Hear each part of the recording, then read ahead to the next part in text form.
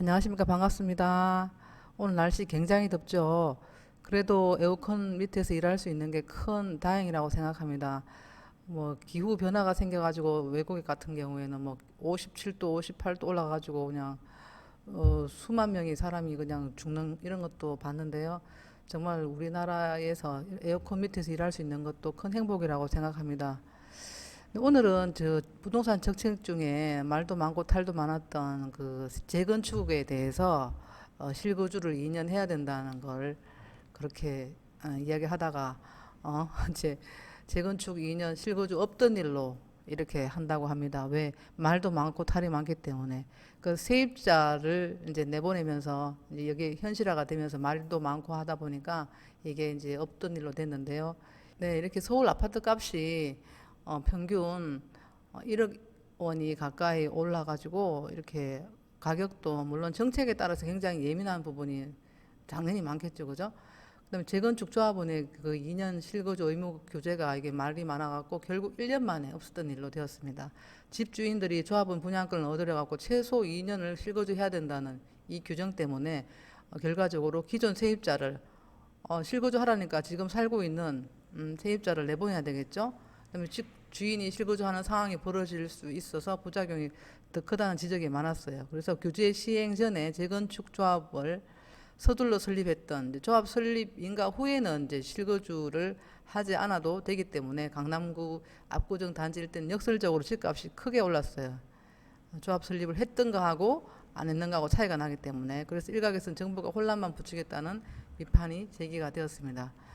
물론 그 다 맞춰줄 수는 없죠. 불만이 없는 쪽은 없으니까 그죠. 이렇게 잘하려고 하다 보면은 이런 부작용도 생기게 됩니다.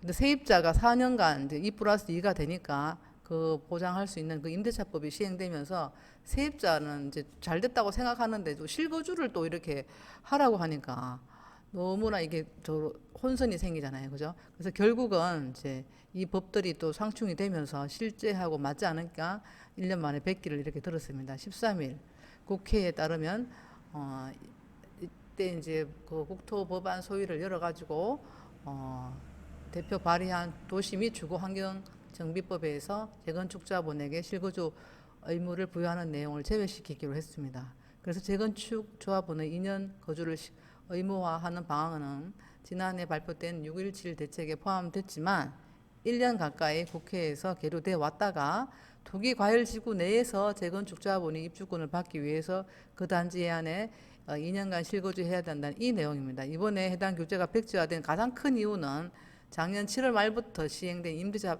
입법과 취지가 충돌했습니다. 계약갱신 청구권 행사가 가능해져 갖고 최대 2 플러스 2 4년까지 세입자 거주를 보장을 했었는데 조합은 실거주 2년을 의무화할 경우 집주인이 실거주를 하면 또 임차인이 나가야 되잖아요. 그러니까 이게 두 법이 임대차 법과 그다음 실거주 재건축 이게 상충이 되기 때문에 이런 현상이 생겨가지고 이제 정부에서도 백기를 들은 거죠, 그죠? 그래서 이제 일각에서는 당초 조합원의 실거주 의무를 추진한 이유가 그냥 투기 세력을 진입 차단을 하겠다 이런 걸로 이제 사실은 시작을 했는데 이게 이제 그 국토부는 이미 주요 재건축인 경우 토지 거래 허가 구역으로 묶어 실거주만 진입할 수 있도록 해놨기 때문에 문제가 없을 거라는 입장입니다. 또 최근 재건축 사업과 재개발 사업에서 조합원 지위 양도 제한 시점을 당긴 것도 투기 수요를 억제하는 데 주요할 것이라고 설명을 했습니다. 집주인은 원치 않게 오래된 아파트에 실거주 하는 것도 말이 안 되고 가족 간끼리 떨어져 있다는 것도 또 웃기는 거고 그죠. 세입자는 계약갱신권을 행사도 못하고 2 플러스 2 있으면 뭐하나 집주인이 들어온다는데 할 말이 없는 거죠. 근데 이런 법들 때문에 이렇게 이제 됐습니다. 그리고 또 이제 시장에서 그 6.17 작년 6.17 대책 발표를 기점으로 각종 부작용이 이미 현실화가 됐습니다. 그래서 오래된 재건축 단지는 임대를 주로 거의 뭐 60% 넘어 임대를 하죠. 집주인은 다른 곳에 살고 집주인이 원치도 않는 실거주를 하기 위해서 다시 세입자를 내보내고 들어오게 되는 기존 임차인이 내쫓기게 되는 그러면 그 기존 임차인이 그 사실은 재건축 단지는 그 전세 금액이 싸잖아요, 그죠? 연식이 오래되기 때문에. 그런데 갑자기 나가라고 하면 이 사람들이 어디로 가겠습니까? 가긴 가야 되고. 그러면 더 많은 전세금이 부담이 돼서 쫓겨나가는 것도 서러운데 돈도 모자라고 이래갖고 굉장히 오히려 있는 사람을 잡으려고 하다가 투기 세력을 잡으려고 하다가 서민까지 부담스러운 이런 상황이 예, 됐던 거죠. 그죠? 투기 세력의 진입을 차단하기 위해서 실거주 2년을 규제가 오히려 집값을 상승 부추겼다는 지적도 있습니다.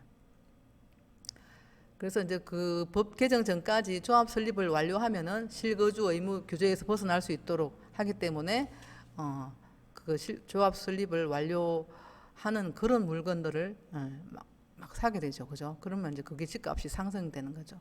이 때문에 서울 압구정에 있는 장기 표류하던 주요 재건축 단지들이 조합 설립을 속도를 내기 시작하기 때문에 또 조합 설립된 거는 또 막 더 많은 가격에 팔리기 때문에 집값을 상승시켰다는 이런 지적도 있다는 겁니다. 네. 그리고 그 재건축 그 단지인 경우에는 조합 설립 인가 후에 또 조합은 지위 양도가 불가능하기 때문에 막판에 또 투기 수요가 몰려서 집값이 급등을 했다는 겁니다. 그다음에 또 지난 그 4월 조합 설립 인가를 받은 압구정동에 있는 현대 7차인 경우 전용 245제곱미터가 조합 설립 인가 직전에 80억 원에 거래된 것도 있습니다. 6개월 전인 직전 거래보다 13억이 뛴 가격이죠. 엄청나죠, 그죠? 그래서 이런 정책들 때문에 이렇게 투기 세력을 잡으려고 하다가 도로 어떤 세입자만 황당하고 현실하고 또 맞지 않기 때문에 부담스러운 이런 정책 때문에 서로 갈팡질팡했는데요. 오늘은 재건축 2년 실거주 없던 일로 이렇게 되어가지고 조금 부동산 시장에서는 조금 부담이 좀 덜 되는 것 같습니다. 이렇게 정부에서 수많은 정책을 폈지만 다 맞춰줄 수 없다 보니까 한쪽을 잘하다고 하려면 한쪽이 또 안 되고 뭐 결국은 소리가 나면은 시끄럽고 이게 또 정책을 또 잘못된 정책이라고 말하기는 그렇지만 이게 또 맞지 않으면은 또 빨리빨리 또 바꾸는 것도 또 중요한 것 같습니다. 네, 오늘은 내용 여기까지 전해드렸고요. 다음에 또 좋은 소식으로 찾아뵙기를 약속드리면서 오늘 여기까지 하겠습니다. 감사합니다.